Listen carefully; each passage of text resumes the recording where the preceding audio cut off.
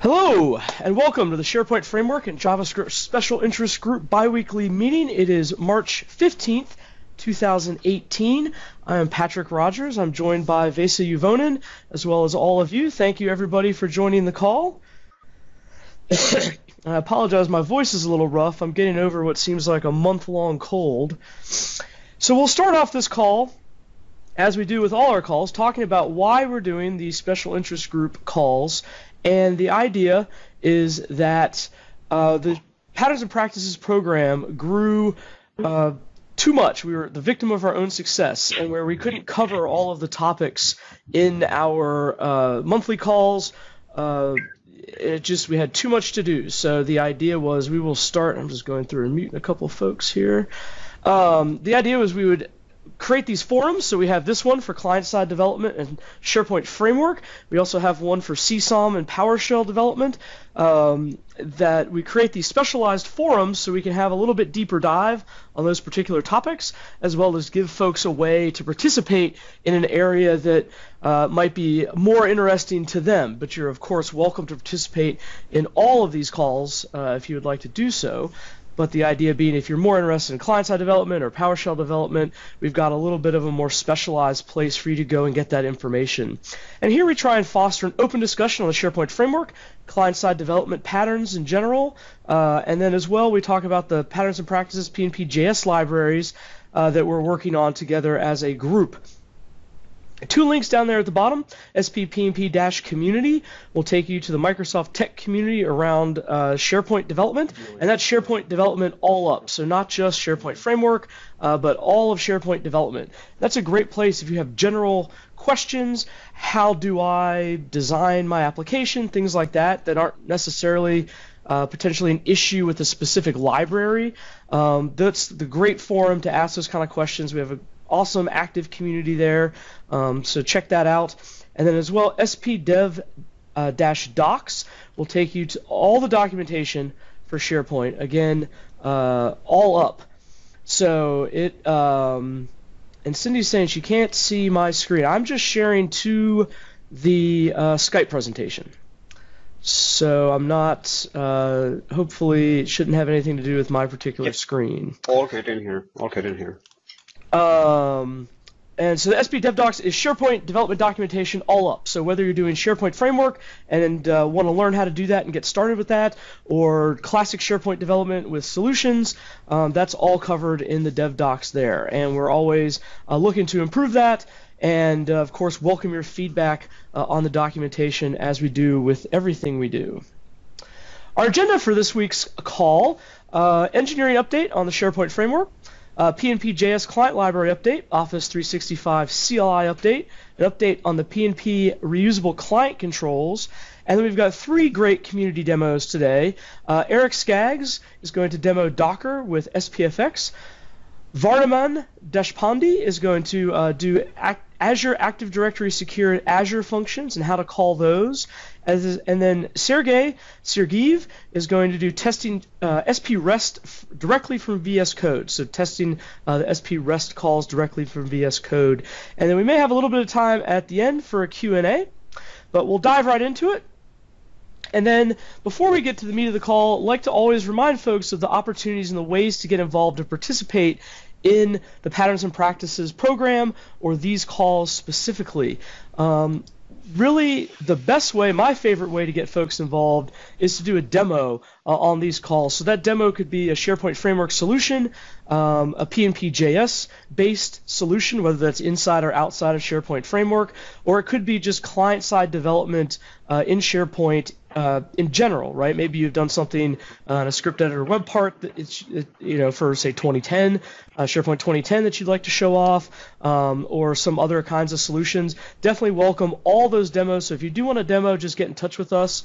One of, I think, the most amazing things, and I said something to the core team about this, was after our call on Tuesday, I absolutely love seeing folks from all over the world demoing and presenting on these calls.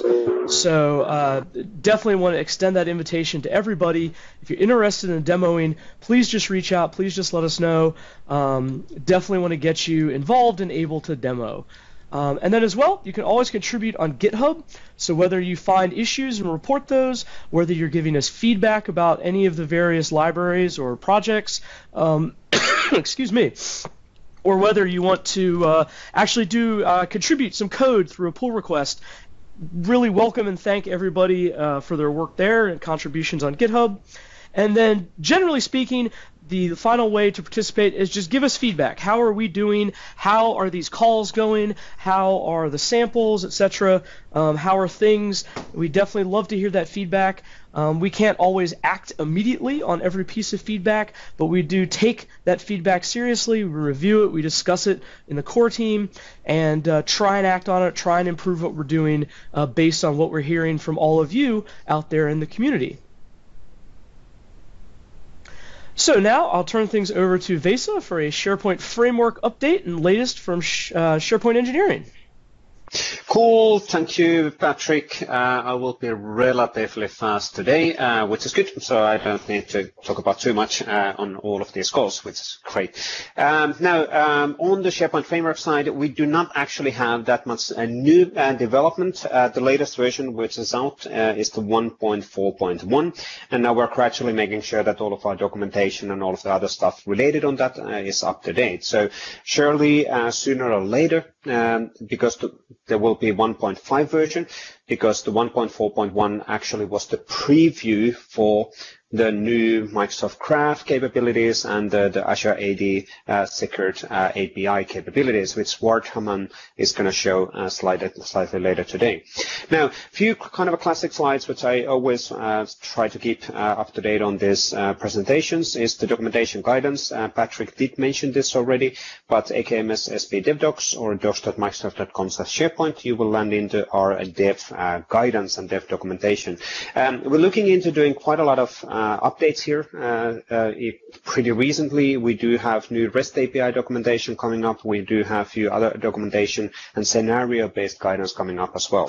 One of the things what I actually we did a modification here yesterday, which hopefully didn't shock anybody if you tried this already, but the commenting system in the docs.microsoft.com has been changed. So this commenting system now is based on GitHub. So if you open up a comment or add a comment on a document, for example, pinpointing that there's something wrong or you have a question, that issue or that comment will be actually an issue within our SP Dev Docs issue list. And this actually helps us to track all of your questions and all of your issues and comments. So we're able to then trace back on what's actually need to be done on the engineering side, and also you can then follow up on those answers from a GitHub issue list as well.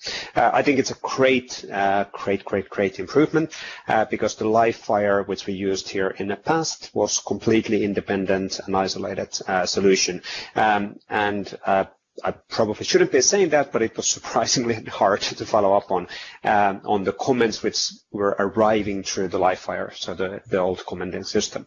So now that they're in GitHub, we have one location which we can easily then trace on the comments and follow up on them. So great change. Kind of related on that one, it's the same issue list, which we we're keeping this on these presentations every single time, because please, when you find an issue in SharePoint Online, if you run into API issues, if you run into unexplainable throttling issues, please let us know. Don't go and rant in Twitter. Well, sure, you can absolutely do that as well, but on top of that, please make sure that you report the issue for us so we're able to fix that for you and that we're aware of those issues which are happening. So AKMS SPDev issues is absolutely the location where you can go. You do not have to have a premier support. You do not have to have anything. We'll try to help you as fast as possible. We do triage incoming issues in here twice a week at least. Typically, last week was an exception due to MVP Summit, so all of our engineering was super busy, so we're slightly behind of the schedule. We're trying to catch up during this week. So we have an extended timing for this triage, for example, later today, together with my engineers. Now, but Anyway, run into an issue in the API level customizations, even in on-premises customization, please let us know. Submit an issue here. We'll process that and get it fixed. There has been quite a lot of nice well, in quotes, nice issues submitted, which we've been able to then identify in the underlying services, and then we're able to fix them. So pretty recently, for example, there was fixes around SharePoint adding model and ALM APIs and how they work together, and they all generated from discussions in this issue list. So this is super important for us to let us know if you're running into any random issues. Now, on the SharePoint Framework side, this is a classic slide which I used in the bi-weekly calls as well around the SharePoint Framework. I did change this slightly, so I changed the scale. So I'm not going to show the growth from last August. This is now growth from start of this year. So I'm going to probably keep this one and just adding the updated dates there in the future. It does not tell you what is the metric, because I'm not allowed to actually tell you that, but it shows you the growth from a, let's say, growth metric perspective. So basically from start of the year, we almost grew already almost 50% from a SharePoint Framework adoption perspective, which is really great. The assumption is that we'll double easily the SharePoint Framework usage by end of June. And already today, we are actually doing more SharePoint. There's more SharePoint Framework usage in SharePoint Online in a day than for SharePoint add-ins in a month. So that will give you the scale of adoption. So if you're trying to figure out are people actually using the SharePoint Framework? Is it worthwhile starting learning? The answer is absolutely. People are using it a lot and adapting that a lot. So it's absolutely follow up on our tutorials and guidance to get started on this stuff. And the yellow line is not about the 429s, but related on 429s, like mentioned, if you run into those, if you have those, please let us know. We need to understand the scale of those 429s. It's just a discussion what's happened, for example, during a weekend in Twitter. So I just want to make sure that we get those officially registered. Now, and on that one, there's a good comment from Vincent. It would be nice to have a metric for SPFx versus script links slash a script editor web part. And that shows that you understand the biggest competitor, what SharePoint Framework also has in the SharePoint Online, which is a good question. I cannot give you the numbers on that, but the script editor usage is not growing. So basically, right now, we do accept the realities of life, so that there's a lot of script editor web part customizations in SharePoint Online, but usage of the script editor web part is not growing, even though the usage of SharePoint Online is growing and SharePoint Framework usage is growing. So that means that we are catching with SharePoint Framework around the script editor web part based customizations, but I can't give you the exact numbers because we don't have a clearance of showing those numbers. Good. So quick update on the roadmap. I showed this one already in Tuesday's monthly community call as well. No changes since Tuesday, which is understandable. The only change comparing to the 2 weeks ago from a SharePoint Framework community call perspective is that the hub sites and hub APIs is in rollout in progress status. And this one, you will see more announcements on that one. I think we'll publish out the API documentation for that one later this week, potentially tomorrow or then on Monday. And that has the REST APIs and other details. So how can you set a site to a hub site and all of that? Not explicitly related on SharePoint Framework, but absolutely related on end-to-end SharePoint Online development cycles. The Groupify API is coming hopefully in April, but Q2 2018 is currently the promise. And after that, we do not have any public pipeline here. The next big announcements will happen in May. Obviously, we're looking into now getting everything in GA, so the Azure AD capabilities, which Warthaman will show later today, and other capabilities to GA, and after that we can release new roadmap and new updates in SBC 2018, so Las Vegas, which is coming up on end of May. But like I said, I'll be relatively fast today, so I'll give it back to Patrick. Russell is asking what will be announced in May. Let's see what happens in May. That's a good question. But there's cool stuff, new cool stuff coming absolutely on the SharePoint Framework platform. Let's put it this way, the MVP Summit was last week, and I think at least all of the MVPs were super excited on what we had on the pipeline, so I think we're heading in the right direction. Patrick? Yep. Hello? Yep. Here we go. Finally was able to get myself off mute. So, quick update on the PnP JS libraries. So CDN JS support is still in the works. Again, we've been approved, but they just have so much to process over there that it's just taking some time. So I will announce when that is released.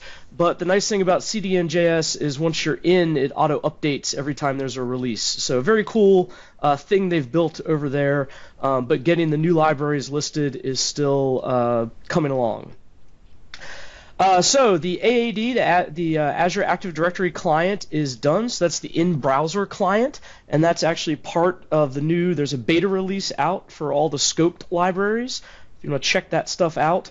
But the AAD client is done, and there's a simple basic docs page there, and we'll look to improve that as we get closer to actually releasing that as part of a release.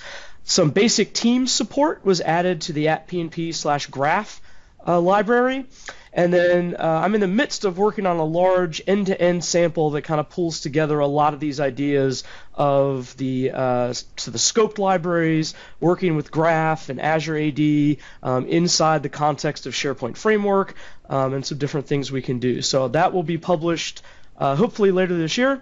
We'll get later this week or next week. Which would, I guess, technically be later this year. But get that stuff out so folks can see that and have another sample.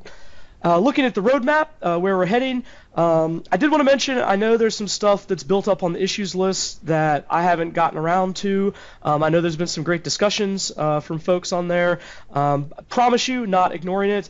I've just been quite busy with other responsibilities. So we'll circle back to that stuff. We'll definitely have a look at all that before the next release. Did want to encourage folks, if you have ideas, there's some great ideas out there now, but if you have your own ideas for enhancing the libraries, definitely want to hear from you. So please post those. Just go ahead and post them in the issues list, and do please make sure to include enough information we can understand the idea, and then do kind of keep an eye on that in case we have some follow-up questions as we get to that.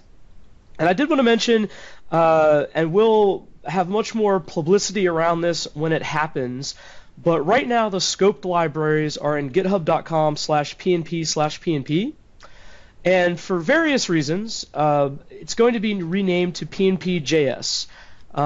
We all think that makes a little bit more sense, so that'll be github.com/pnp/pnp JS. So we will, like I said, much more publicity around that when it happens. It'll change the URL of the documentation as well. It'll be pnp.github.io/pnpjs will be in the new documentation URL. But so that is a change that's upcoming. I don't think it should be too disruptive. We don't have a ton of forks there yet, but did want to let folks know, kind of announce that. We just made the decision earlier this week. NPM packages will not change. NPM packages will all remain the same. So it'll still be @PnP/SP. All that sort of stuff will not change. Your existing applications will not change. Simply the repository location will change. And I think one other, will the previous URL be broken? So GitHub does a very cool thing. When you rename something, it actually puts in place redirects for you. And their system is so sophisticated that even if you were to, have your remotes set up against the old URL and things, you would still be able to actually do pulls against the old URL, but you'll get a little message comes up that I forget, says something along the lines of this repository is moved, you should update your settings. So nothing should really break for anyone initially, but did want to sort of let folks know this is coming. Something to keep in mind, and when it does happen, when you're at a convenient point, if you're not in the middle of working on a pull request, it might be good to just reclone the repository. But like I said, we'll a lot more publicity around that when it comes. So moving on to updates for the Office 365 CLI. I'm going to not do what I did on the last call. I'm going to look, and Waldeck does not appear to be on this call. So I am going to cover the Office 365 CLI updates. We are at version 1.0.0 for the CLI. So that's always a cool milestone to get to an official 1.0 release. So that's really cool. It's got new SPO commands, so SharePoint Online commands around managing files, lists, property bags, sites, and webs. Support for Microsoft Graph has been added in there, as well as the first set of commands for managing groups through Graph. So that work went hand in hand. And then there is also a new beta release that's out in addition to the 1.0 release that has some commands around removing groups, managing themes, and applying site designs. You can always find more information at aka MS Office 365 CLI.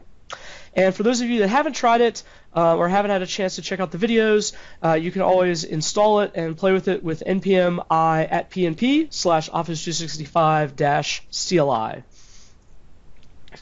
Along the bottom there, if you have questions or comments around the CLI, Waldeck is following around the Office 365 CLI tag on Twitter. As well, there is a Gitter channel that you can get to via aka MS 0365 CLI.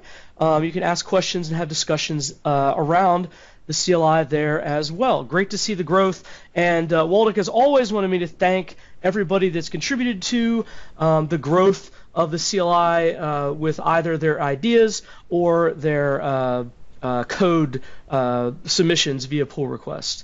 So really appreciate that from everybody and want to say thank you. Next up, updates on the SharePoint Framework, Patterns and Practices, Reusable Components. So there's two different sets of things here. The first set is the SPFx React controls, and these are controls obviously meant to work in React and simplify kind of some of the basic structures you might want to reuse in React, so giving you some nice reusable controls. For both these packages, they've optimized the telemetry, so it's only pushing the control data to reduce some of the net traffic that's going back and forth. And then as well, the web part title will hide the control completely when empty. Will hide the title control completely when empty. So those are updates coming back from issues. And then as well for the property controls, so these are controls that you might use in the property pane. So when you edit your SharePoint Framework control on the page and adjust its properties, these are a set of reusable, ready-to-go property controls to help you, quickly build rich interfaces in that property pane. Again, optimize the telemetry to reduce some of the net traffic, and then two fixes for issues 30 and 33. So for 30, checking if the label is null, and if so, not rendering it.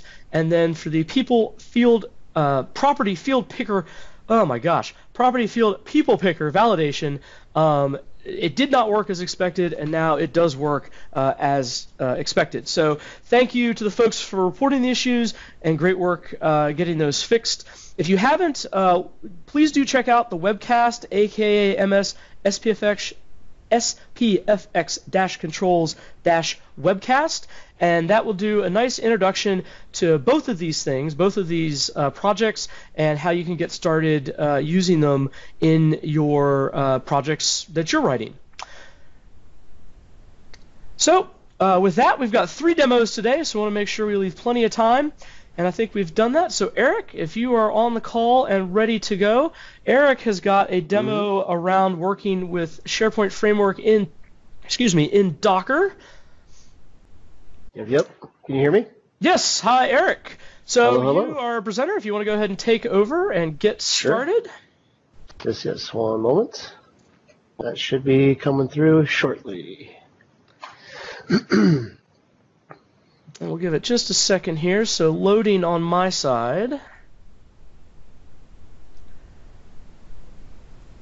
All right, I have your screen. Very good. The lovely blue home page, right? Yep, great. Take it away. Cool. Thank you very much. Thanks for having me. Yeah, my name is Eric Skaggs. I work for Catapult Systems, and you can't really have a conversation about Docker and the SharePoint framework, in my opinion, without talking about this particular article and our good friend Waldeck. This article is what everything I'm doing is based on. So if you're looking for a write-up or step-by-step on how to do this and get started, Waldeck's article here really covers it. He talks about the SharePoint dev toolchain, Docker 101. He gives you a sample Docker file. You'll see several copy-paste versions that I have of this same thing. And in particular, there's a section of this article that talks about the benefits. I'm focused particularly on the speed up the developer environment setup. In my role at Catapult, I do development, but I also manage developers coming and going and contributing to projects, and in particular our Fuse project. So when we have resources that are on the bench who have availability and are development capable, they've got that skill set that we need to make progress on our Fuse solution, we will bring them onto the Fuse team. We'll do our sprint planning. We work in our 2-week sprints, so we'll do our sprint planning, utilize that person, as a resource for those 2 weeks, and after those 2 weeks, we may lose that developer. People come and go, projects come and go, so we really need to be cognizant and aware of how long it's taking developers to get started on working with something.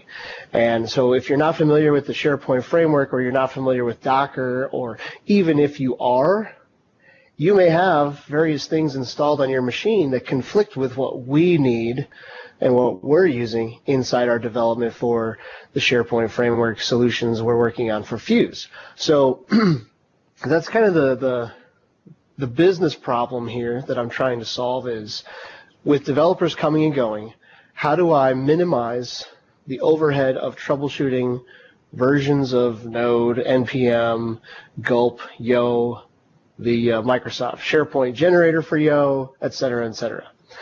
So this is a great article that details the process of how to get started with Docker. If you haven't gone through this and you're interested in Docker or giving that a shot, this is definitely the article for you. So I've got, we manage our work in VSTS, and so I've put together some developer onboarding documentation. What are the kinds of skills that we're looking for Fuse development? What are some of the training materials? Lots of stuff pointing right out to PnP, so kudos for putting that out there. And then some getting started guidance. What do you need to do to your machine? And I've tried to minimize this as much as possible. So if you're joining the Fuse team and you're going to be working on a Fuse effort, and you're going to be working on a SharePoint framework effort in that regard, you want to have Docker installed. Visual Studio Code is recommended. There's a couple nice extensions here that help with that.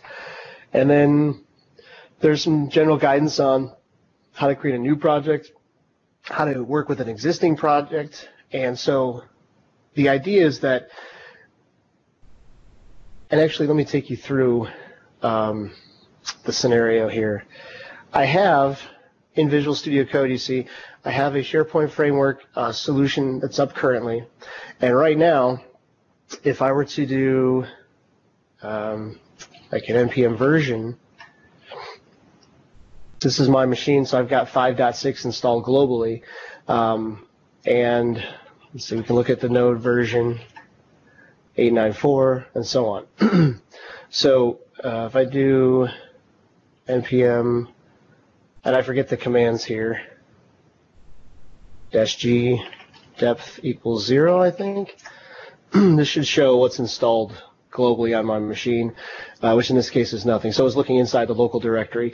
Globally, I have nothing installed. Locally in this directory, I do have those versions of those things installed. So if I were to, right now, I don't have the SharePoint framework stuff installed on my machine is the point. So I really can't test out my SharePoint framework in this environment. However, I do have a Docker image that I can connect to, a Docker container that I can run.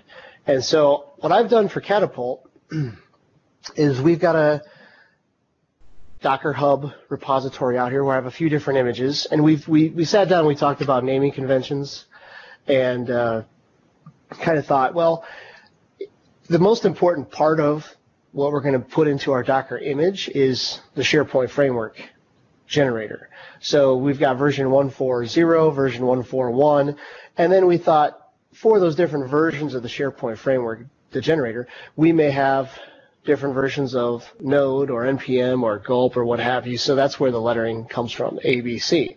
So unfortunately out here in Docker, the hub, there's not a way to put metadata around this to kind of detail what these are, at least not that I'm aware of.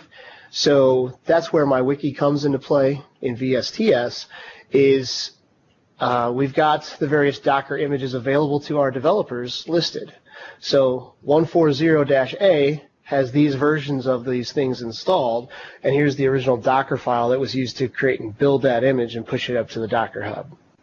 We also now have a 1.4.1-A, and it tells you which versions of which things are installed, shows you the Docker file. I don't worry about putting the Docker files in source control because you run them, you build the image, it's in the hub, and then that's where it's maintained. Don't really need to source control the Docker files. They're pretty short. And then we've got 1.4.1b, in which case I do have an issue where the SharePoint Workbench appears to be failing to load. The only difference here, I believe, is the node was upgraded to 8.9.4. Everything else is the same. And then a recent node release to 8.10 has that same issue, at least in my testing in these images. So what's nice is if you're a developer and you go through the onboarding process to join our team, and we've got a 2-week sprint, so it's Monday, we've done our planning, and now we know what our tasks are. I now need to work on this Microsoft Teams SharePoint Framework web part. Well, I can go through the onboarding, get my machine set up, pull down the latest code from VSTS, and then run the command. And in this case, the path that I have that I need matches what's actually in here. This would need to change essentially, but I'm using the 1.4.1-A container, and I've already pulled it down and everything, so it's speedy and everything. And then I can just do a gulp serve. If this was the very first time I were doing this as a new developer, I would start with that, pull down the image, wait for that to download and get running as a container. Once in the container, I would want to run npm install to pull down the node modules and everything. And then once I've done that, though, it's a gulp serve. In this case, because it is an existing solution with an existing web part, so we can actually come out here and fire up the SharePoint Workbench. And in this case, pretty simple. It's a Microsoft Teams web part using the beta endpoint from the Graph API that just pulls down and shows you the teams that you're a member of, in this case, for my user account in this case. So pretty simplistic, but I can work on this web part now, make any changes that I want to make, and let's not do anything significant, of course. We'll just throw in a comment, new comment, save that. And it'll rebuild and do its thing, and it's the normal Docker process. The one thing here that's different is it doesn't auto-reload the browser because we are communicating into the Docker container, so the host OS can't fire up the browser and connect, but we can just refresh our page, and that's why I've got the bookmark here for that. But when I'm all said and done, I can stop the server, exit the container, and my files, of course, are persisted locally, so when I go to my Git, I can see the one change that's out here on this item. I can add the comments, stage it, commit it, push it out to the team repo, and then another developer tomorrow can go through the same process. And they don't have to install anything on their machine. They don't have to worry, aside from Docker and Visual Studio Code, they don't have to worry about which version of Node or NPM or Gulp or Yo or the Microsoft SharePoint generator and so on. So it's much cleaner. And for me, as the person who manages the developers coming on, you can imagine if I had a developer coming in who had a different version of Node than we use, that could cause a problem. or gulp or what have you. So all these different versions of all these different tools can be problematic, and so that's kind of what I'm trying to avoid, is give the developers joining the team a consistently similar environment, so when developer A writes their code, developer B can use it without conflict. And that's really the demo. That's all I got. So I'll give it back to you, Patrick. Awesome, great stuff. Thank you, Eric. I'm going to jump back to the slides. And so that's really great stuff. I think there's a few questions for you out there in the chat window if you want to have a look through those. But this is using this kind of a pattern is really great, as Eric was talking about, on bigger teams or where you need to support lots of different environments for your customers. It's a really easy way to manage all that, and really great example of using that. So I think we'll move to the next slide. This is going to be Vardhaman Deshpande, which is calling Azure Active Directory secured Azure functions from SharePoint Framework. Vardhaman, are you there? Yeah. Can you hear me? Yes. Great. I'll start sharing my screen. Let me know when you can see it. I've got loading on my end.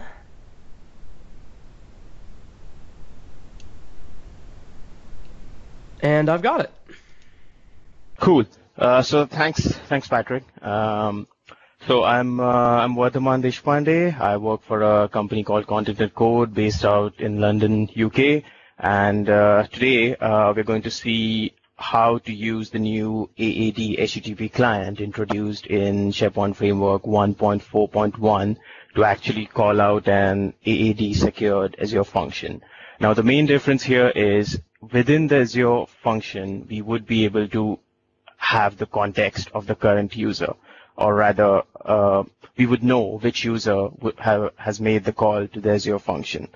Now, to get that working, we'll need to do a couple of setup actions. We'll have to do some steps in Azure. We'll have to build the SharePoint Framework web part. So that would take a lot of time. So I'm just going to do a walkthrough through the stuff I've already got set up over here. So let's quickly demo what the end result would be. So that would be the SharePoint Framework web part, which is getting some details about the currently logged in user. And these details are coming from an Azure function. So let's see how to achieve that. The first step, what we need to do is have an Azure AD app registration set up. So we'll go to Azure AD, create a new app registration. We don't need to do anything special here. By default, the app registration has the permission on the Windows Azure Active Directory, which is sign in and read user profile.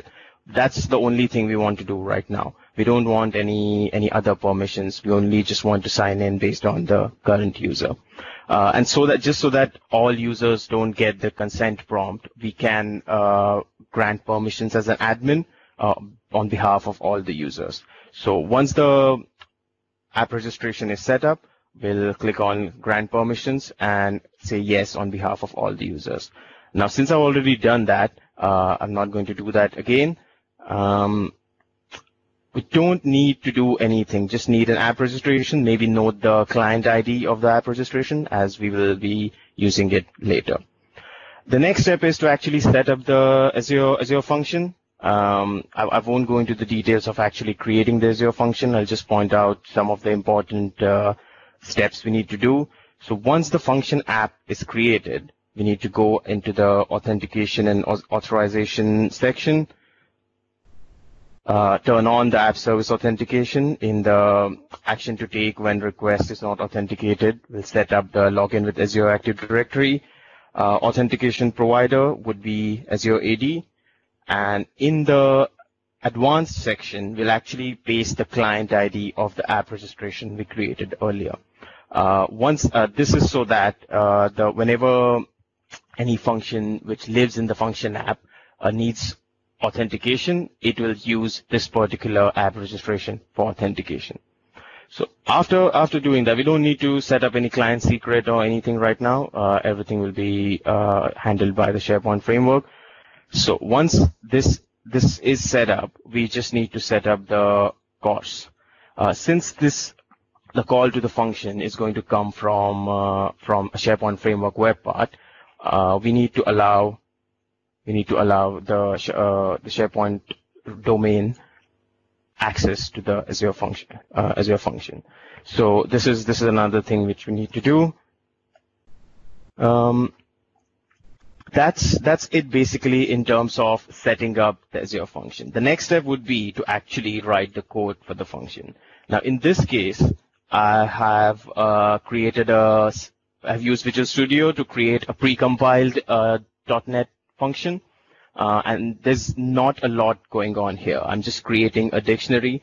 I am adding a first item to the dictionary to just show that whenever the JSON will be returned from the Azure function to the SharePoint framework web part, if it will contain this particular key and value, it will know that this is the result being returned from Azure function.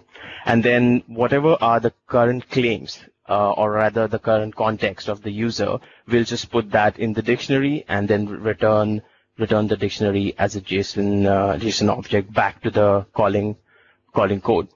Another thing is the individual function authorization will be anonymous since we are setting the authentication on the function app. We don't need to set up the authentication on the individual function basis.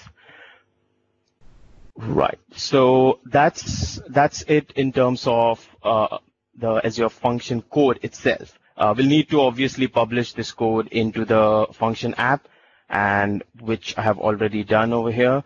So you can see that the current user function is listed, and then I can start calling it.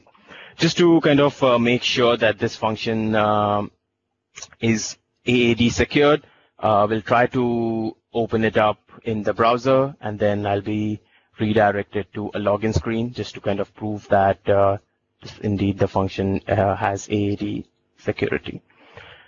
Now, that's it in terms of the Azure side of things. On the SharePoint framework side of things, I've just created a SharePoint framework web part with version 1.4.1. That's the latest version. I haven't used any JavaScript framework. There's no React, there's no Knockout. This is just a SharePoint framework web part with no JavaScript framework, just to kind of keep things simple and not to interfere with what we want to show. Once you create the SharePoint framework web part in the package solution JSON, we'll have to add this web API permission requests property. This is so that SharePoint knows, or rather the platform knows, that the SPFx solution is going to request permissions on this particular app registration, and the permission requested will be the user impersonations, which means that the SharePoint framework web part will be able to make calls on behalf of the currently logged in user. So this part is pretty important, and it was made available as part of the 1.4.1 version of the generator, SharePoint framework generator. In terms of the web part itself, as I said earlier, there's no React, there's no fancy cool stuff. It is just the AAD HTTP client, which is being imported from the Microsoft HTTP package. We'll create an object of the AAD HTTP client by passing in the service scope and the client ID of the app registration. Once the object is created, we'll use the custom API client.get method to actually make a call to the URL of our Azure function. It is an HTTP triggered function, so we'll be able to call it like this. And will pass in the default options in terms of the configurations. Now, as we have said that once the JSON is returned back from the function, we'll just put it in an HTML table and then show it to the user. This is just for demo purposes. All right. So after this stage, we'll have to do a gulp build, gulp bundle, and package solution. If you are running it in debug mode, you'll have to do a gulp serve. In this case, I've already packaged it up for production and then deployed it to a tenant. So I've already run, so that kind of gives me in this SharePoint folder, that gives me an SPFx file, which I will upload in the app catalog. So once I upload the file in the app catalog, I'll get a kind of a pop-up, which will kind of show me what is the scope of the SharePoint Framework solution. So since I've made it a tenant scope, I'll have this checkbox. Since I have packaged it up for production and said that I want to include the client assets, all the JavaScript and CSS files will come from the app catalog. And we also have this text here which says that this kind of package requests special permissions. So please go to the API management page and approve those as an admin. So the new API management page is in the new SharePoint Framework, SharePoint Online Admin Center on the API management, and I would see that my app registration and the permission I requested in the package solution, this particular thing over here is presented to me as a pending approval.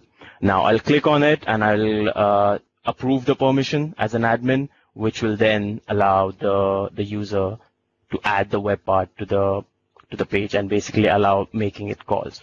So I've already done all of that here, and then as a result, we can see that the Azure function is returning the claims of the current user. And we'll also switch to another user just to kind of prove that this is all returning based on the currently logged in user. So this is another user, and that is returning the claims of his account. Quickly, I will just have a look at the dev tools.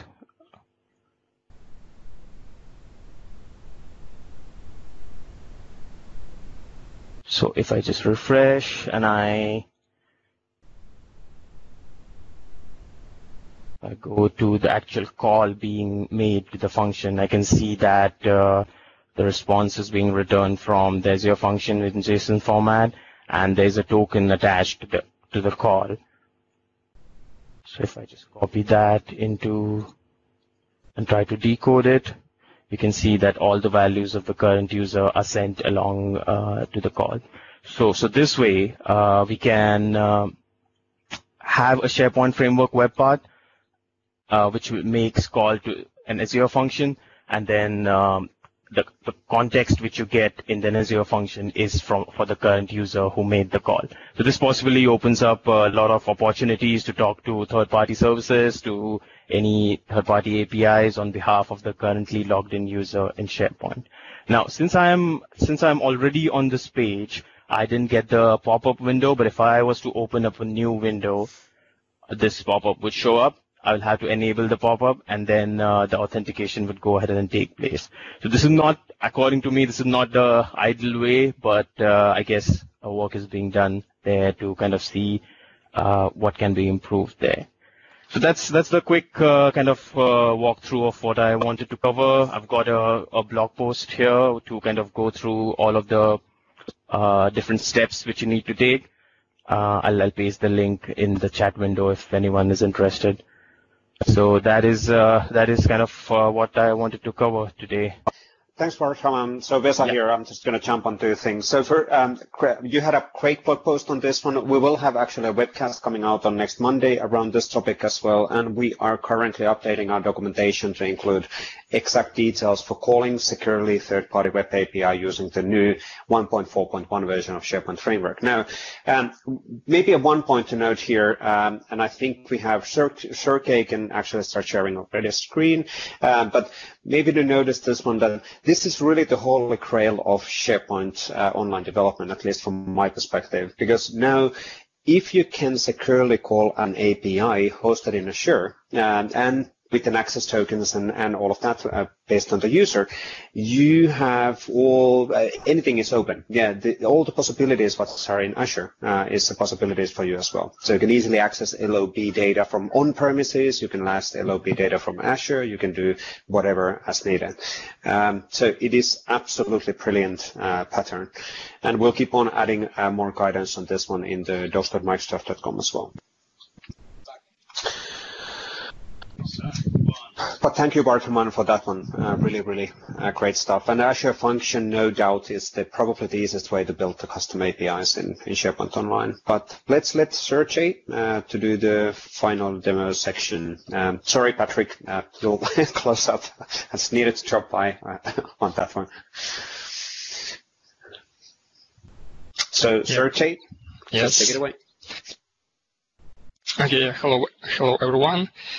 My name is Sergey Sergeyev. I'm SharePoint developer. I live in Minsk, Belarus, and I'm Microsoft MVP.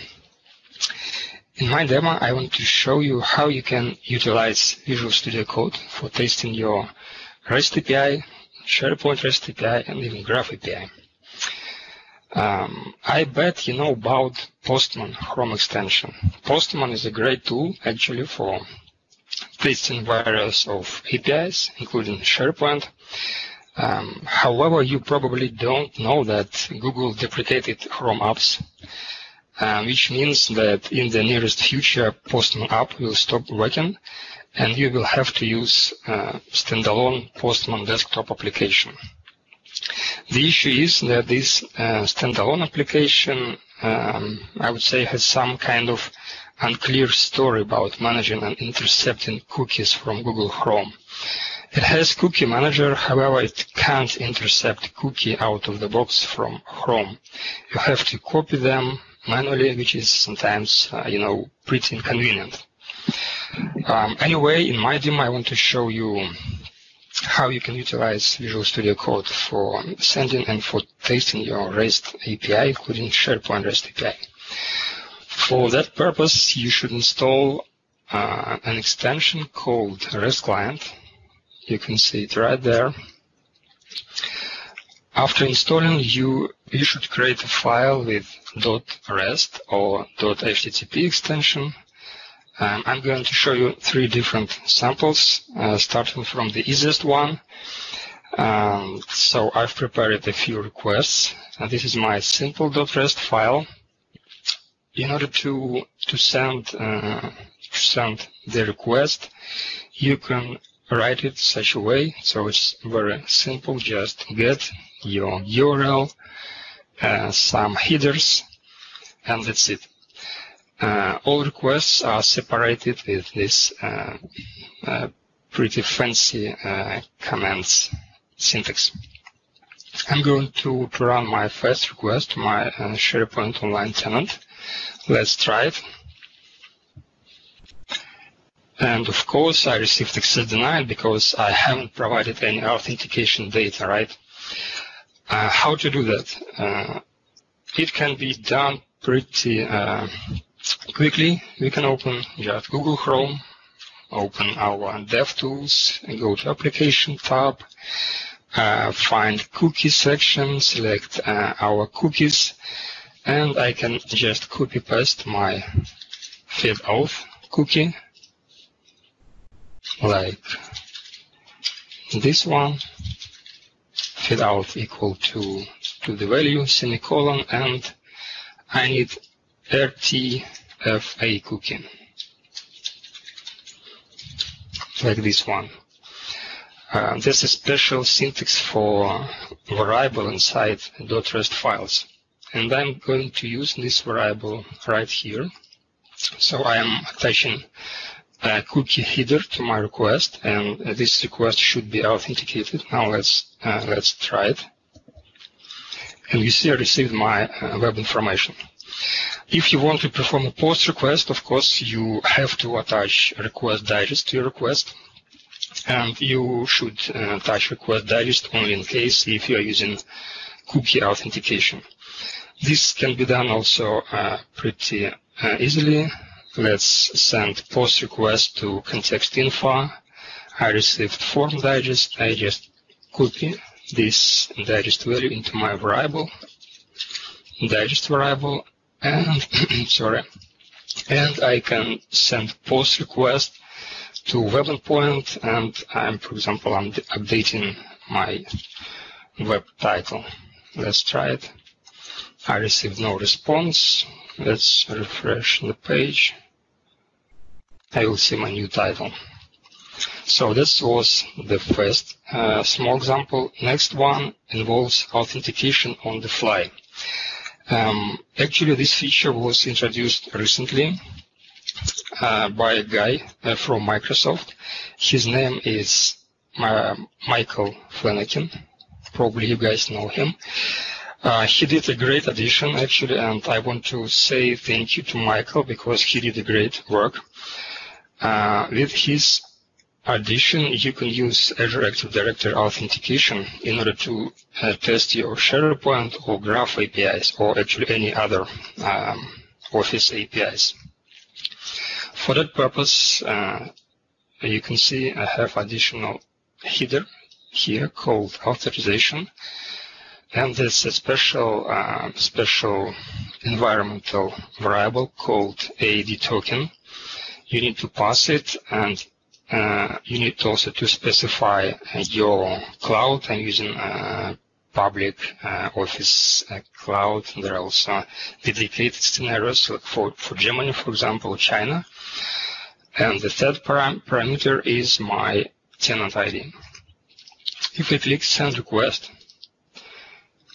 it works. Okay, let me just quickly clear my cache. Clear Azure the token cache, and let me click once again. Now it asks me for the credentials, and it, in a nutshell, it uses something called device login. So I should click continue, select my logged in user. That's it. Now I can close this window, click done here, and I received my response. Post request works almost exactly the same like in the previous example. However, in this time you shouldn't provide any request digest because you're using bearer tokens and auth authorization. So this is how post request looks like. It is pretty easy. We can send request and we can observe our new web title here. So it is updated. And you can also test your Graph API. I have a really small sample with Graph here. There is one difference that I'm using in this additional parameter called new, because previously I have created access token for my SharePoint resource ID. However, this time I need another access token for Graph API, Graph resource. That is why I need to issue a new token with this additional parameter. So if I click send request, if I click send request, it asks me for a new login. So let's do that. Continue. This is my user. Okay, now I click done here, and I received information about currently logged in user from Graph API. That's it for the second part, and the last part, the last option, I'm going to show probably the most difficult in setup. However, this option a bit more flexible. For this option to work, you should install another extension called SPRest client, like this one. I am the author of this extension, and this extension adds a new feature, actually support for SharePoint to REST client. I've tried to push a pull request to the REST client repository. However, it appeared that my changes introduced some kind of architecture challenges, which is difficult to resolve. And we had a conversation with the owner. the owner, Ho Chao Mao. Actually, I want to say thank you to this guy as well, because he did a great extension.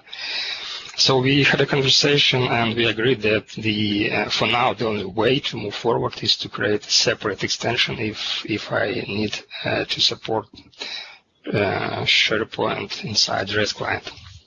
That is why I have to install a separate extension for a third sample.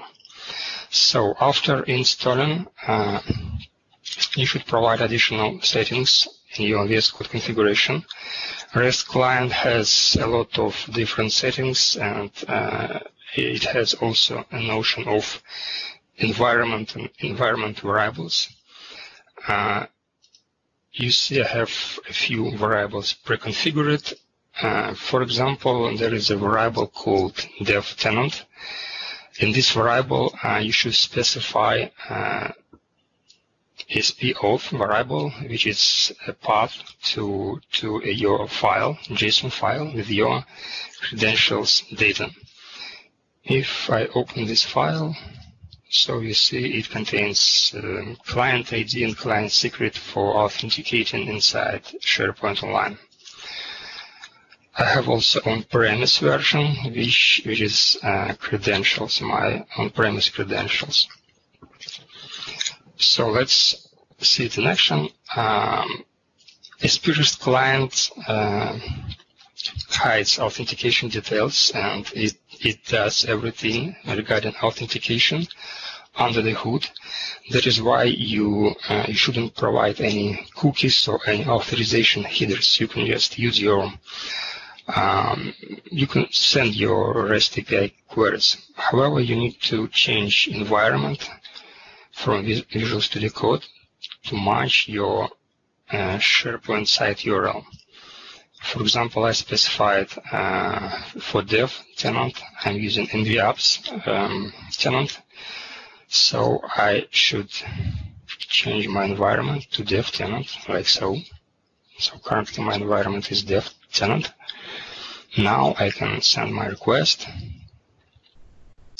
and I received information about current web from SharePoint nvapps tenant. The same way I can send a post request,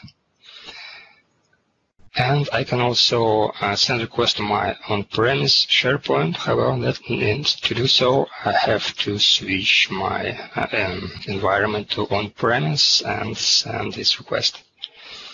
See, I received information about my on-premise web.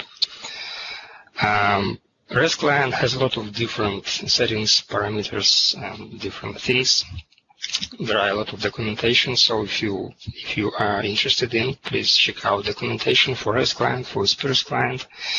One option is additional environmental variables. For example, you can specify host URL parameter in your VS Code settings, like I did. For example, for dev tenant, I have host URL pointed to my SharePoint Online instance. For on-premise, I have host URL pointed to my on-premise instance.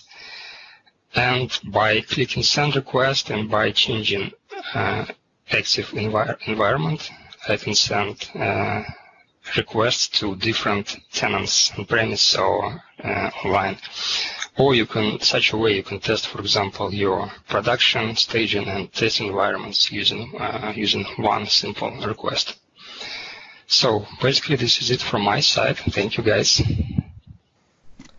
Great stuff. Thank you, Sergey. It's always, I think, awesome to see the different patterns and different techniques to approach these things and to really dig down, in this case, into the meat of the REST requests and what might be coming back. So I'm going to try and jump back to the slides. I want to thank everybody for sticking with us a little bit over time, but I think it was great to get all those demos into the call this week. If you do want to do a demo, please get in touch for our next meeting, which will be March 29th for this call. This SharePoint Framework JavaScript Special Interest Group will be March 29th. The next General Development Special Interest Group will be on March 22nd. That's next Thursday.